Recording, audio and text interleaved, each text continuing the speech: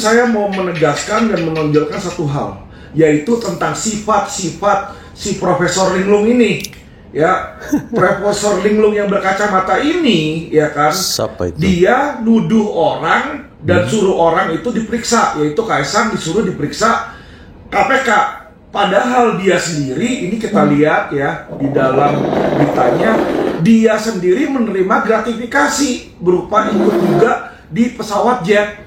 Kalau dia bilang Kaisang tidak akan menerima itu kalau dia bukan anak presiden, saya balik bertanya kepada Mahfud, emangnya lu kalau bukan ketua MK bisa dapat lo jet pribadi? Misalnya lu OB kerja di gedung MK, lu nyapu lantai, emangnya lu bisa dapat pesawat jet pribadi? Ya, otak pakai itu Mahfud ya. Aduh, lu makin lama makin tua, makin nyinyir. Ya, apa yang dia lakukan ini? Dia cuma mau agar podcast dia laku nih di sini. Ya, dia serang Kaisang, dia serang siapa ya. Padahal ketika dia jadi Menko Polhukam, ya kan? Ya, atau jadi ketua MK, lu pejabat negara, Mahkamah Konstitusi, lu tahu hukum. Lah lu sendiri menerima pemberian private jet itu gimana? Ya kan? Saya melihat di sini teman-teman ya, makanya kenapa Indonesia itu di zaman Jokowi penegakan hukumnya itu berantakan. Ya kan karena Menko Polhukamnya ini yang brengsek. Ya kan, kita bisa lihat ya, orang yang selalu berteriak-teriak dirinya bersih, ya kan, dirinya benar, dia selalu menyalahkan orang lain, ya kan. Kayak kasus saya aja dia nggak tahu, dia main asal ngomong, dia main asal asbun. Tentang Indosuria juga dia kagak tahu, dia main asal ngomong di situ teman-teman ya. Malah dia klaim kredit di kasus Indosuria. Padahal apa? Kompetensi dia apa yang dilakukan? Gak ada. LP yang dia jalankan yang kedua tentang LP pemalsuan teman-teman, itu atas perintah si Mahfud, LP pemalsuan Indosuria sampai detik ini sudah P21 tapi tidak pernah disidangkan. Nah ini aneh. Ya kan, ini adalah LP, laporan polisi pesanan si Mahfud teman-teman ya. Saya lihat Indonesia ini di zaman Jokowi ini, ya kan, kenapa hukum berantakan? Ya, Menko Polhukamnya juga brengsek. Itu kalau saya lihat berantakan ya. Apalagi hal-hal lain yang kita mungkin nggak tahuin. Ini yang kita ketahuin, dia menerima gratifikasi berupa pemberian naik private jet nih si Mahfud ini teman-teman ya. Ini kita bisa lihat, saya bukan memfitnah teman-teman ya. Saya bukan memfitnah, ini ada fotonya di mana dia bersama dengan Anies. Bersama dengan Anies dia naik fasilitas jet teman-teman di sini ya. Jadi disinilah kita melihat bagaimana brengseknya seseorang. Nih ya teman-teman, ini ada fotonya. Ini Mahfud di sini ya, ini Anies di sini teman-teman ya. Ini private jet di belakangnya.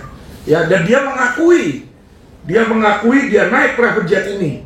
Ya, tapi dia bilang bukanlah dalam batasan bla bla bla bla alasan. Katek bengek di situ teman-teman ya. Profesor Dr. Mahfud MD akhir-akhir ini semakin tidak menarik. Ia melontarkan kritik-kritik tajam yang diarahkan secara langsung kepada rezim pemerintahan Jokowi. Apa yang dia katakan sebetulnya dipertanyakan, apakah itu lahir dari sebuah panggilan kecendekiawanan, ataukah kita boleh mengatakan Mahfud MD adalah orang yang sedang sakit hati. Teman-teman, saya termasuk orang yang berada dalam deretan orang-orang yang sangat mengagumi sosok Profesor Dr. Mahfud MD. Ia boleh dikatakan pakar dalam bidang hukum dan ketatanegaraan, dan rasanya ia tepat ketika ditunjuk oleh Presiden Jokowi untuk menduduki pos sebagai Menteri Koordinator Politik Hukum dan Keamanan. Sikapnya yang sangat berani dan berada di garda depan dalam isu-isu di seputar demokrasi menempatkan Mahfud MD adalah orang yang sangat otoritatif ketika dia menjadi Menteri Koordinator Politik Hukum dan Keamanan. Pengetahuannya sangat luas, wawasannya sangat mendalam. Dan ketika dia mengartikulasikan argumen demi orang memahami argumentasi di seputar politik hukum dan keamanan, maka sosok Profesor Dr. Mahfud MD berada di garis depan. Ia memperlihatkan kepakarannya dan kecendekiawanannya sebagai seorang intelektual mumpuni, bukan intelektual abal-abal. Ketika dia mengeluarkan statement-statement dalam forum apapun, termasuk forum-forum diskusi yang menghadirkan banyak pakar, kedudukan seorang Mahfud MD terlihat menonjol. Ia adalah sosok yang tepat dan sangat fasih dengan isu-isu di seputar politik hukum dan keamanan. Semua orang merasa tenang ketika berada di dekat seorang Mahfud MD.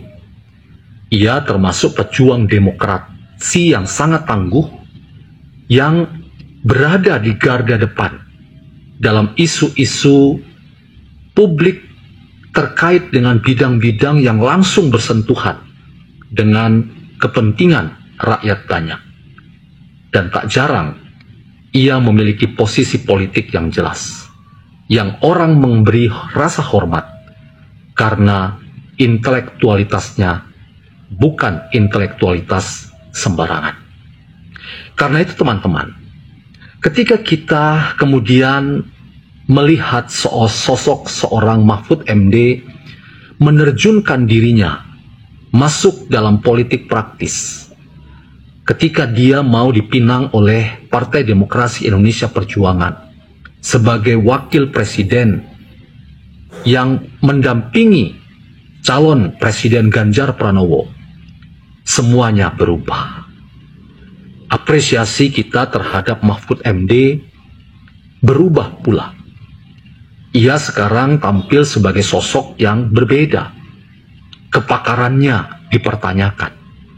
Salah satu kemungkinan adalah apa yang ia katakan lewat statement-statement di podcastnya yang menyerang habis-habisan rezim pemerintahan Jokowi, memperlihatkan bahwa ia bukan seorang intelektual sejati. Bahkan kita harus mengatakan Mahfud MD lebih tepat sebagai barisan orang-orang yang sakit hati. Ia sakit hati dengan rezim pemerintahan Jokowi. Dan karena itu sering mengeluarkan statement-statement atau pernyataan-pernyataan yang nyinyir terhadap pemerintahan ini. Betul. Memang kita harus jujur mengakui Jokowi dan pemerintahannya selama 10 tahun itu penuh dengan catatan, penuh dengan PR, pekerjaan rumah yang diwariskan pada rezim pemerintahan Presiden terpilih Prabowo Subianto. Tetapi jangan pernah kita melupakan bahwa sosok Mahfud MD adalah orang yang pernah mengeluarkan statement ia patut berterima kasih pada sosok Jokowi yang telah memberi kepercayaan dan amanah untuk menduduki pos sebagai Menteri Politik Hukum dan Keamanan. Mengapa seorang Mahfud MD lebih terlihat sebagai orang yang nyinyir? Dan karena itu, ia menjadi orang yang lebih terlihat sedang memperlihatkan sikap sakit hatinya ketimbang kepakarannya sebagai seorang akademisi yang mumpuni, begawan ilmu hukum dan tata negara yang jagoan. Maaf, Prof. Mahfud, dalam konteks ini Anda salah melangkah. Halo teman-teman, jumpa lagi bersama saya di Freddy Kako Channel. Ya, sudah kita mendengar, menyimak bersama-sama terkait dengan pernyataan dari Bapak Dodi Jasman ya. Beliau mempertanyakan bagaimana berubahnya sosok Mahfud MD setelah kalah di Pilpres kemarin. Memang sudah seringkali saya katakan bahwa nampak sangat berbeda jauh sosok Mahfud MD yang selama ini dielu-elukan oleh banyak orang, ya, dipuja-puji oleh banyak orang. Itu berubah 180 derajat karena kekalahan di Pilpres kemarin. Memang sangat disayangkan kalau melihat bagaimana Prof. Mahfud MD yang kesannya sangat nyinyir dengan pemerintahan Bapak Jokowi. Sangat-sangat disayangkan. Padahal beliau sendiri, kita ketahui bersama, dia pernah berada di dalam lingkaran istana. Ya, dia bahkan ibaratnya itu kalau memakai mobil itu RI3 lah, ya. Dia itu langsung di bawah presiden. Hal yang membuat berubahnya cara pandang dari seorang Mahfud MD tentu karena sekarang Prof. Mahfud MD mungkin sudah berada di dalam lingkaran Partai Merah, sehingga cara pandang maupun cara berpolitiknya juga mirip-mirip seperti Partai Merah. Tanggapan teman-teman seperti apa? Coba tulis di bawah kolom komentar ya. Selamat siang saudaraku, salam sehat selalu ya. Jangan lupa hati harus gembira, karena hati yang gembira adalah obat yang paling mujarab. Mantap. Pada siang hari ini saya ingin membahas tentang kehadiran Kaisang di KPK pada hari ini. Kaisang itu hadir bukan atas undangan ataupun surat dari KPK. Dia hadir sendiri, keinginan sendiri sebagai warga negara yang baik. Karena dia ingin mengklarifikasi semua isu yang dituduhkan kepadanya tentang private jet. Jadi seperti yang harus Anda jujur dan harus akuin bahwa Kaisang itu bukan penyelenggara negara. Ya, betul. Bahwa Kaisang itu bukan pejabat negara. Bukan pejabat negara. Jadi dia mau dia naik private jet, mau dia naik roket yang ngajak kawannya ataupun siapapun, gak ada urusan. Ingat, KPK hanya fokus kepada penyalahgunaan uang negara dan penyalahgunaan posisinya sebagai pejabat negara. Ya, jadi dia bersih. Cuma dia sebagai warga negara baik dan berpolitik yang baik, dia datang. Sekarang aku tantang kau Mahfud MD. Kau naik private jet berkali-kali, posisi kau pada saat itu sebagai ketua MK, sebagai Menko Polhukam. Sekarang kau harus datang ke KPK menjelaskan, kok bisa kau naik private jet dengan Yusuf Kala, padahal kau pada saat itu kau menjabat sebagai pejabat negara. Datanglah, Puan Marani, Puan Marani, ketua DPR, kau juga kan naik private jet. Kau datanglah ke KPK. Dan para pejabat-pejabat negara yang naik private jet itu silakan datang, klarifikasi, kasih contoh yang baik buat generasi muda Indonesia ini. Saya fokus ke Mahfud MD. Saya benar-benar muak dan mau muntah lihat perilaku Mahfud MD pada saat ini. Dia di podcast itu banyak menyerang Jokowi. Saya heran nengok dia ini. Ya, saya tidak habis pikir, ternyata masih ada manusia seperti ini. Ya, saya mau bilang kamu ya, Profesor Mahfud MD ya, kau kan profesor ya, kau dokter profesor, pokoknya di mata saya hari itu kau tuh ahli hukum. Sehingga pada saat Jokowi meminta kau sebagai Menko ya, Menteri Koordinator Politik dan Hukum, aku rasa pada saat itu besar harapan saya bahwa hukum di Indonesia ini ditegakkan. Tapi apa yang kau lakukan? Banyak hukum di Indonesia ini tidak ditegakkan. Padahal kau Menko Polhukamnya. Ya, mana mungkinlah semua urusan-urusan di tangan Pak Jokowi. Ini kan Indonesia di negara Republik Mahfud MD. Ya, Presiden memiliki pembantunya menteri. Dan menteri ada Menko. Kau Menko. Ingat kau Menteri Koordinator, otak kau di mana?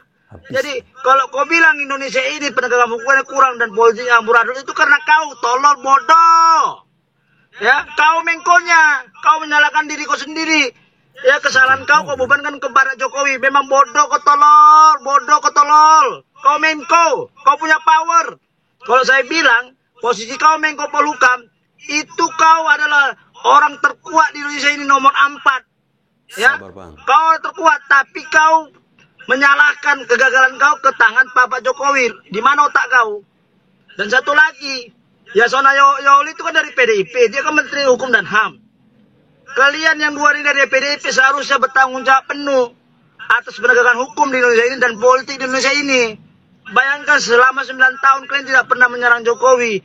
Gara-gara Prabowo memakai Gibran, kalian serang semua. Gila kalian, gila. 9 tahun kalian diam, tapi dalam 1 tahun ini semua kalian salahkan Jokowi. Otak kau di mana? Yang pasti, tidak perlu sekolah tinggi-tinggi. Niat kau dan kawan-kawan kau itu ingin melakukan hal yang sama seperti yang dulu dilakukan kepada Gus Dur. Ingat kau ya, Mamu Ende ya? Waktu Gus Dur disabotase sama Amin Rais dan Megawati, kau tuh menteri, diangkat Gus Dur.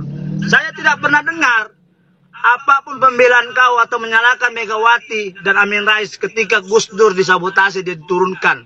Padahal Gus Dur tidak pernah melanggar konstitusi. Ya, dia dipaksa diturunkan.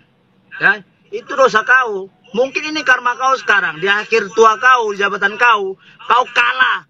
Kau bayangkan nggak, kau kalah. Tuhan tidak izinkan kau jadi wakil presiden di Indonesia ini. Kau jangan lupa, posisi presiden dan wakil presiden itu posisi tertinggi.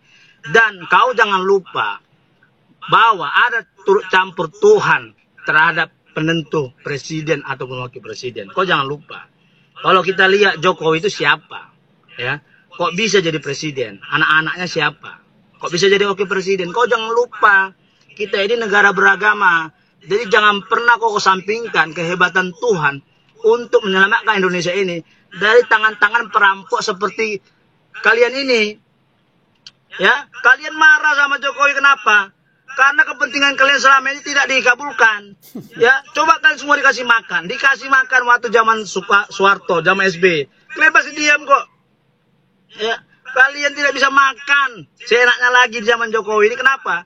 Karena Jokowi nggak seperti kalian. Makanya saya ingat pepatah orang tua saya mengatakan, kalau kau mau jadi perampok yang hebat, maka kau berkawan sama perampok. Kalau kau mau jadi petani yang hebat, maka kau berkawan sama petani. Dan Jokowi tidak mau berkawan sama kalian karena Jokowi bukan perampok uang rakyat. Kau paham itu? Ya. Dan Ari Kriting. Ya, Ari Kriting. Kau ngeluh kan? Sekarang kan film kau nggak ditonton. Ya, saya hobi menonton. Tapi karena kau dan kawan-kawan kau menghina Jokowi dan menyalahkan Jokowi, dikasih gratis pun aku nggak mau nonton film kau. Ngerti kau, Ari Kriting? Kau lihat sekarang kan? Hah? Kau lihat. Dan kau, Ari Kriting dan kawan-kawan, ya, yang main di situ, yang orang timur, ya. Otak kau lah saya bilang seperti otak kerbau. Otak kau udang kecil. Ya. Kau mengesampingkan apa yang dilakukan oleh Jokowi terhadap daerah kau di timur sana. Di NTT Papua. Kau kesampingkan itu semua. Kau anggap itu tidak ada.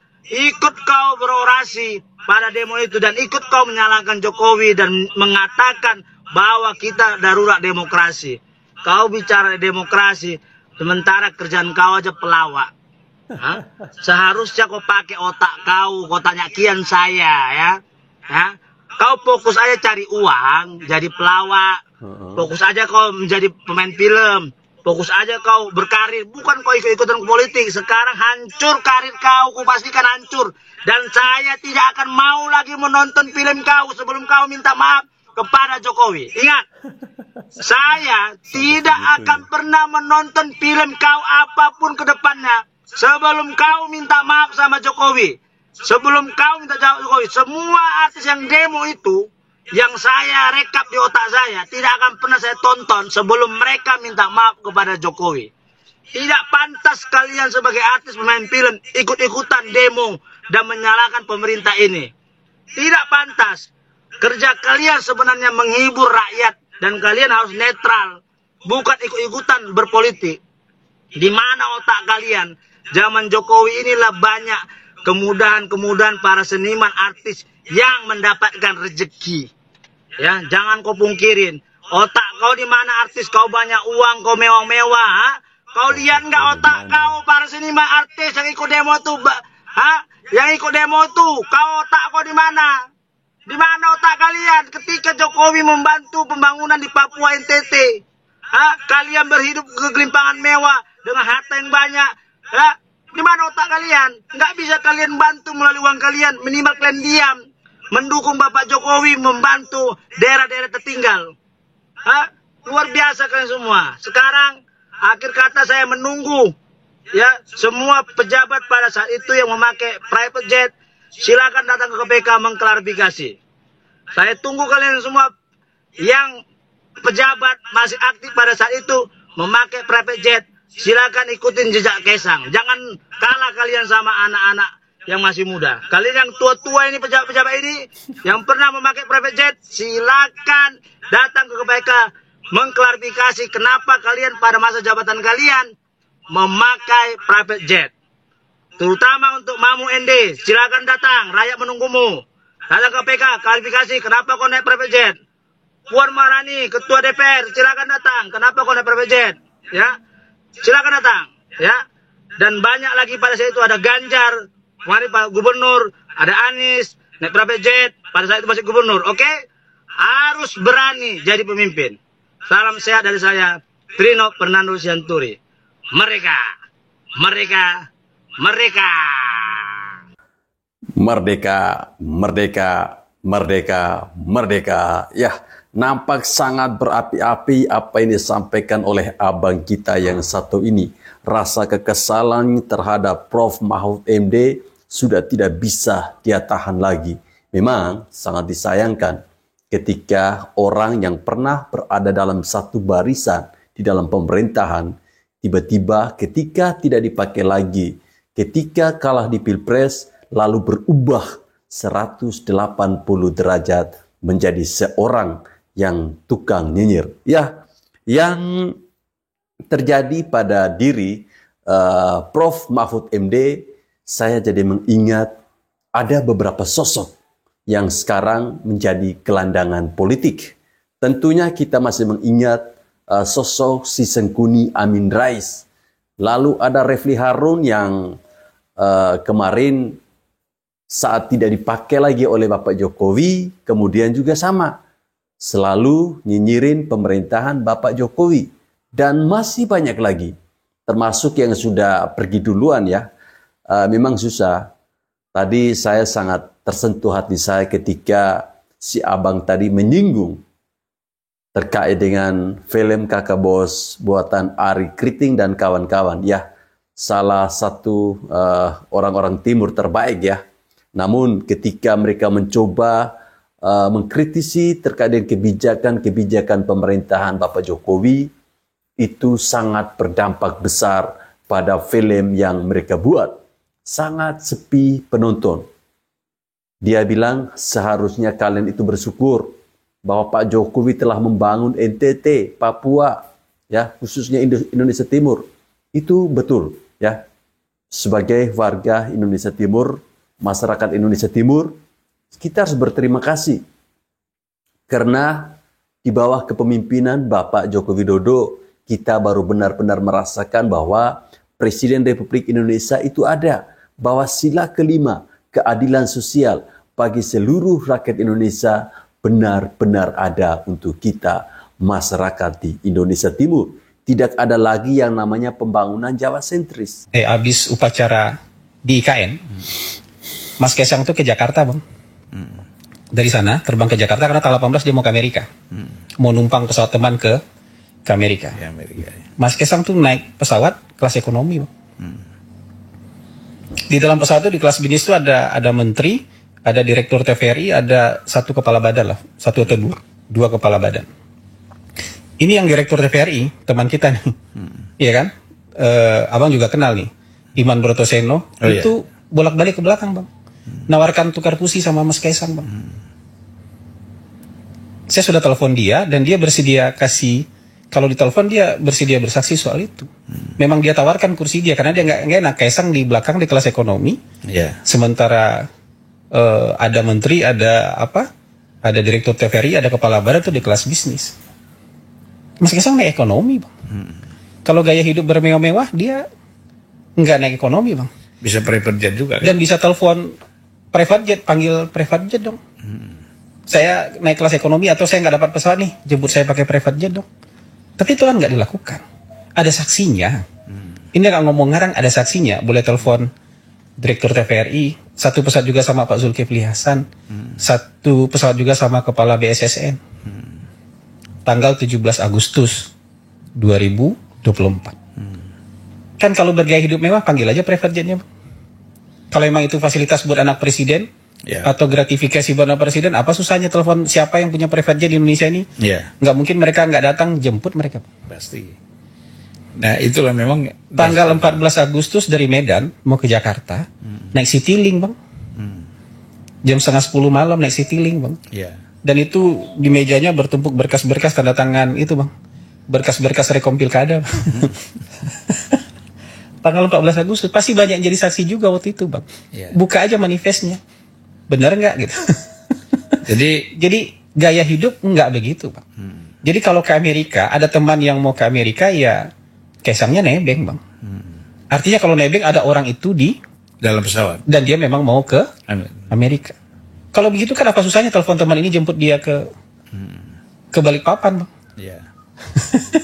Kalau benar ini fasilitas, ini enggak, memang dia mau pergi ke Amerika. Buka aja jadwal penerbangannya, dia singgah di beberapa kota. Karena itu jadwalnya sih yang punya pesawat.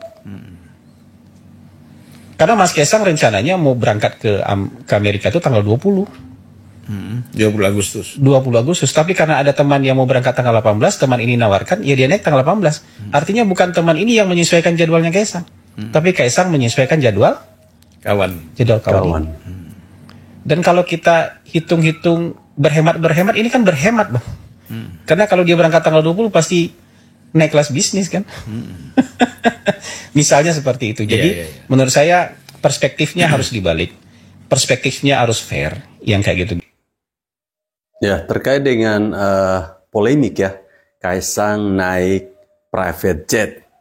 Ini tentunya ada orang memberikan sebuah istilah bahwa satu umpan yang dibuang oleh Kaisang ini akhirnya kemakan oleh ikan-ikan besar.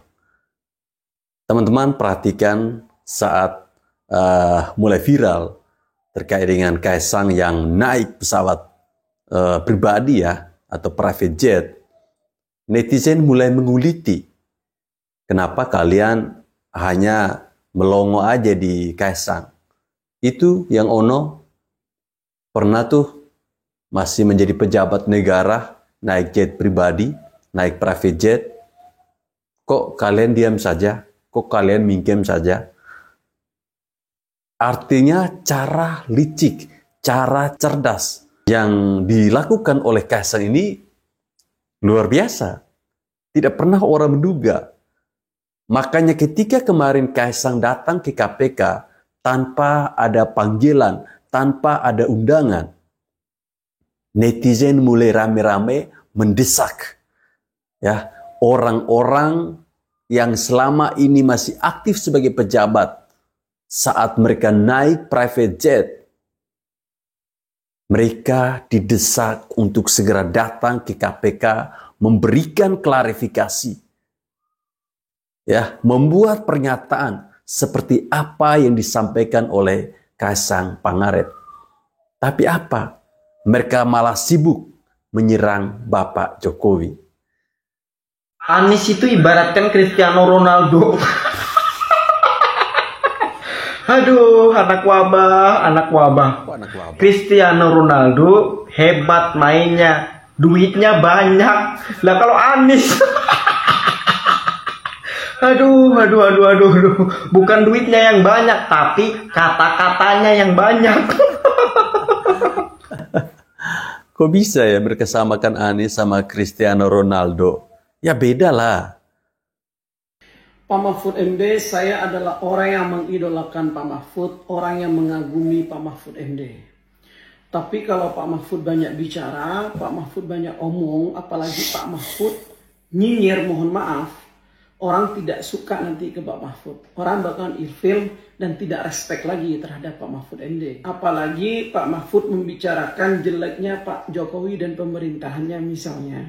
Itu Pak Mahfud hanya terkesan munafik dan mencari sensasi. Pencitraan saja di sini. Karena Pak Mahfud baru saja turun bagian dari Jokowi dan pemerintahannya kemarin. Ya. Jadi terkesan munafik. Gitu. Pak Mahfud juga mengomentari jet pribadi yang dipakai oleh Kaisang. Lebih baik Pak Mahfud berbicara bangsa Indonesia ke depan ini seperti apa. Ya, sepakat. Harus berbicara seperti itu. Indonesia ini ke depan harus bagaimana. Siapa tahu pendapat dan pemikirannya Pak Mahfud ini diambil oleh bangsa Indonesia.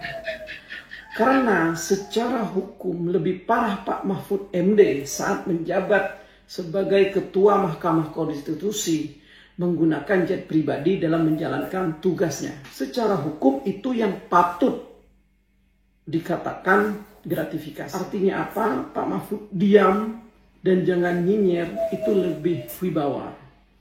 Bahasa Maduranya, lah konang kelaku, kenangnya kenangi.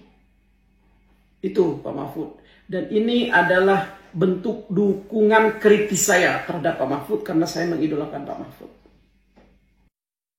Sangat wajar ya, banyak orang yang menyayangkan sikap dari Prof. Mahfud MD setelah beliau kalah di Pilpres kemarin ya. Termasuk saya, teman-teman. Dibohongi dan mau mempermalukan rakyat Indonesia ke seluruh dunia. Masa rakyat begini besar mau dikangkangi oleh satu keluarga? Rakyat nggak tahan lagi, turun semua. Tadi saya ketemu dengan beberapa seniman. Saya tidak mendukung siapa-siapa. Saya bekerja sebagai seniman, tapi hati saya merasa sakit ketika melihat rakyat Indonesia diperlakukan begini oleh pemimpin kita sendiri. Kita sebagai masyarakat hanya bisa menilai orang-orang yang ada di pemerintahan. Betul. Saya sangat kecewa dengan Pak Mahfud MD. Sama.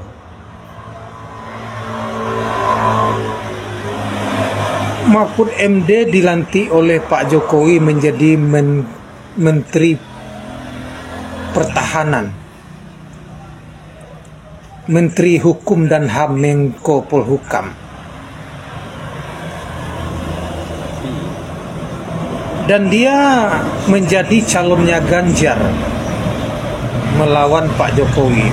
Pak Jokowi nggak suruh dia mundur dari jabatannya. Cuman kan dia malu, dia mundur sendiri karena dia melawan kepada Pak Jokowi. Dengan angan-angan mungkin bisa memenangkan kompetisi ini. Tapi nasib berkata lain. Dia kalah. Akhirnya dia membenci Pak Jokowi. Jadi anjing kalau kita kasih makan 3 hari, dia akan mengingat kita 3 tahun. Tetapi manusia dikasih makan 3 tahun, dia hanya melupakan dengan masa 3 hari. Semestinya dia berterima kasih kepada Pak Jokowi kalau dia berpikir dengan normal. Tidak mudah untuk menjadi seorang menteri. Apa sih kemampuan Pak Mahfud MD sehingga dia mendapat Menko Polhukam?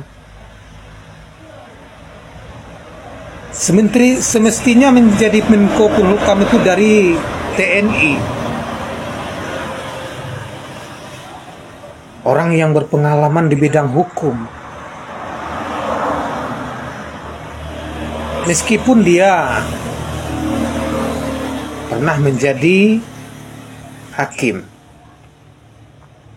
tapi itu tidak masalah. Ya teman-teman, itu tadi beberapa kumpulan video bagaimana respon terkait dengan berubahnya sosok Profesor Mahfud MD atas sikapnya terhadap pemerintahan Bapak Jokowi ya. Kita mengetahui bahwa selama ini dia berada di dalam pemerintahan satu rel bersama Bapak Jokowi, tidak pernah mengatakan apa-apa. Namun akibat kalah di Pilpres, mulai bergabung sama Partai Merah, tiba-tiba berubah dan alih profesi menjadi sebagai seorang yang nyinyir, ya, tukang nyinyir begitu. Saya sendiri tentu sangat menyayangkan atas sikap yang ditunjukkan oleh Bapak Mahfud MD sendiri. Saya jujur ya, bahwa ketika Pilpres kemarin, saya memilih paslon ini ya, Ganjar Mahfud. Tapi ya bersyukurlah pasangan ini tidak tembus ya. Mungkin Tuhan sudah tahu bahwa memang pasangan ini tidak layak, karena pada akhirnya kita bisa mengetahui bagaimana atau siapa sebenarnya Bapak Mahfud MD itu. Seperti sekarang, komentar teman-teman seperti apa? Coba tulis di bawah kolom komentar.